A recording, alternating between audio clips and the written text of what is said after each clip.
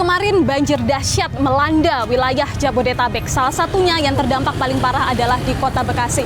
Hari ini di hari kedua kami sudah berada di Perum Pondok Gede Permai, Kota Bekasi, dan kita akan melihat bagaimana situasi dan juga kondisi banjir yang sudah surut. Saat ini sudah hari kedua, banjir memang sudah surut, tapi kita akan melihat bagaimana kondisi di Perum Pondok Gede Permai, Kota Bekasi saat ini. Saya Kristanti Yosefa, ikuti penelusuran kami.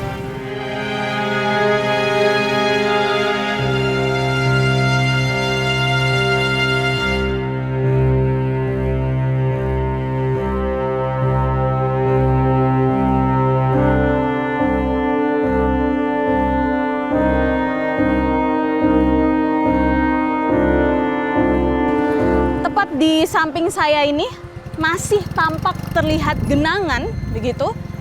Kalau berdasarkan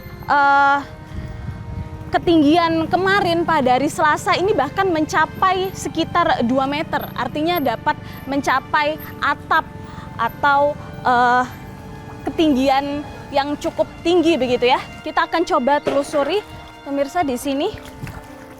Di sini masih tampak genangan yang berisi lumpur, begitu.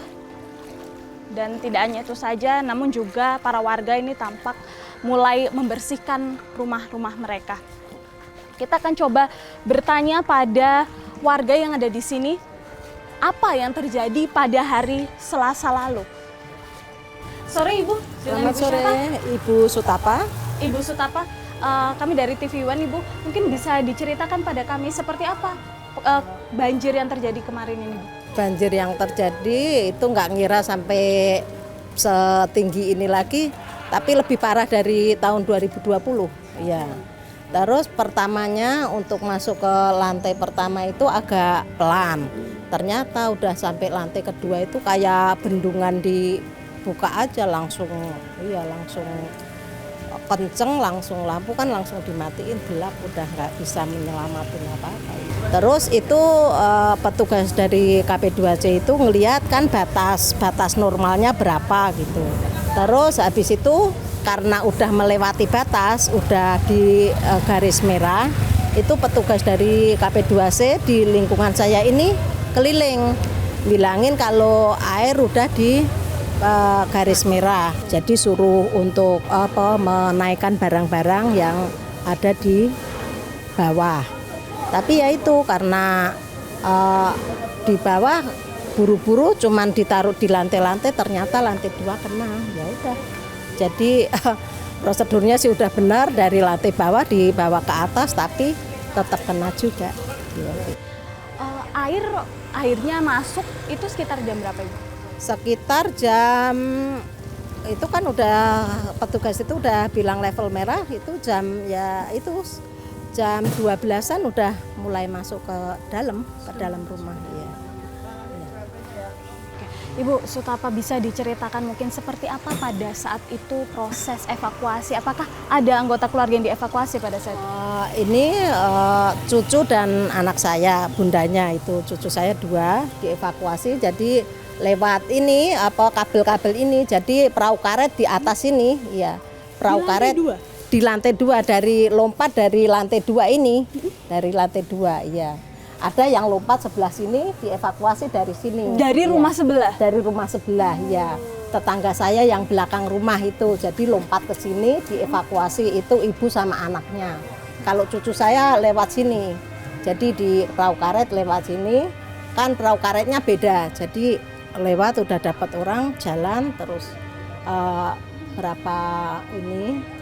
berapa jam kemudian baru cucu sama anak saya. Bu, saya kan nggak bisa membayangkan pada itu kan situasi gelap gulita ya, penerangan mati dan lain sebagainya. Seperti apa pada saat itu ketika dievakuasi ceritanya? Kalau di sini kan ada dari terang alam gitu masih ini, tapi kalau di dalam ya gelap gulita nggak kelihatan itu, jadi pakai lilin, pakai lampu yang ada yang masih bisa dicas itu. Senter ya? Iya, pakai senter, pakai lampu yang bisa dicas, terus ini nyalain lilin. Gitu. Jadi kalau di luar masih itu terang dari alam. Situasi masih hujan saat itu? Ya. Waktu proses evakuasi? Belum, udah terang. Sudah reda ya? Sudah reda ya. Oke. Yang dievakuasi berarti hanya cucu 2 orang? Cucu 2 orang, ya. Kenapa anggota keluarga yang lain? Ibu sama siapa saja di sini? Saya sama menantu, ini menantu saya sama suami. Iya, takutnya air surut kalau dievakuasi kan, kalau air surut buru-buru mau mau bersihin lumpur.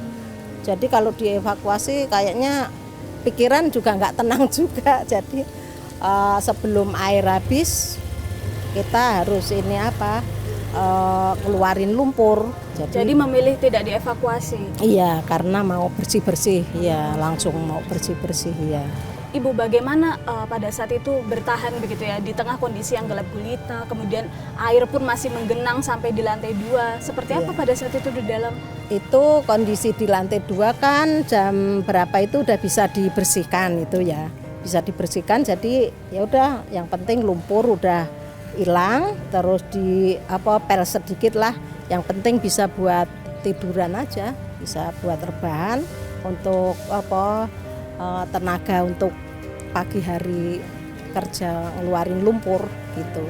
5 tahun lalu sempat tinggi juga kan, cukup dahsyat gitu.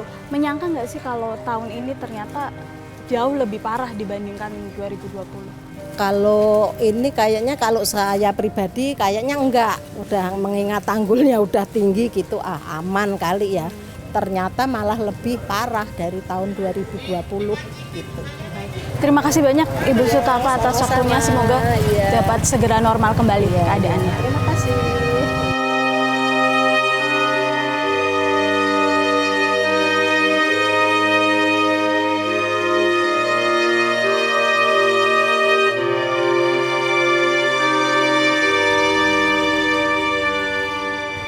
Saya ingin melihat apa saja sebetulnya barang-barang yang ada di sini yang mungkin bisa saya perlihatkan kepada Anda di rumah begitu. Karena saya tidak bisa membayangkan bagaimana kerugian yang dialami oleh mereka dengan barang-barang yang begitu banyak ada di sini. Anda dapat melihat di sini ada kursi kantoran begitu ya yang ditaruh di sini. Kemudian kasur di sini tidak hanya 1, ada banyak kasur di sini, lebih dari 5 kalau saya bisa hitung saat ini pemirsa. Yang mana dari kondisinya ini memang tampaknya sudah tidak bisa diselamatkan. Dan sampai saat ini pemirsa, kalau kami melihat di berbagai jalan yang kami lewati tadi dari ujung sana sampai di tempat ini, di berbagai gang-gang yang kami lalui, masih ada begitu banyak warga yang sampai saat ini terus melakukan gotong royong begitu bersama dengan keluarga mereka, tetangga mereka, berjibaku untuk membersihkan rumah mereka.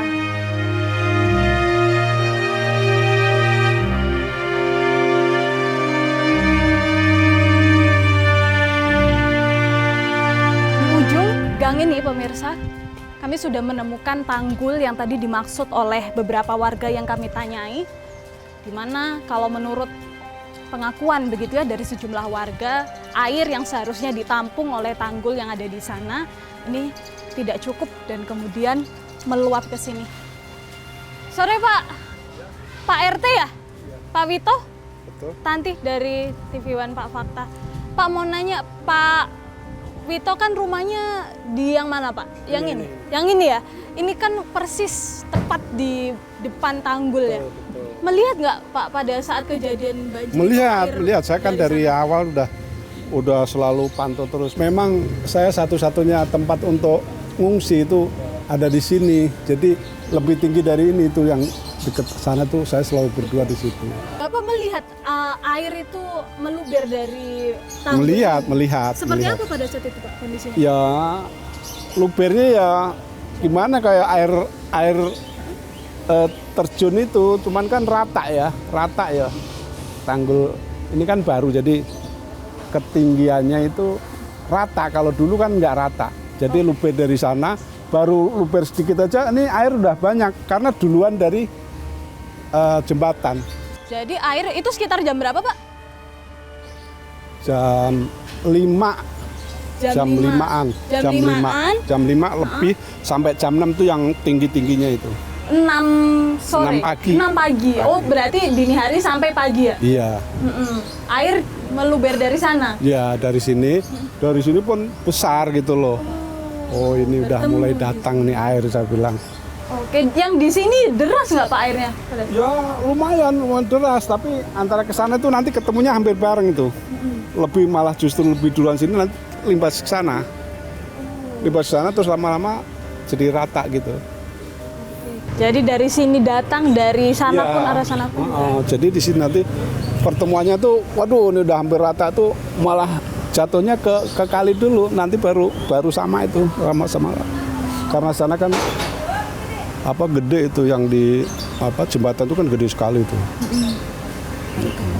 Terima kasih Pak Wito. Iya. atas waktunya.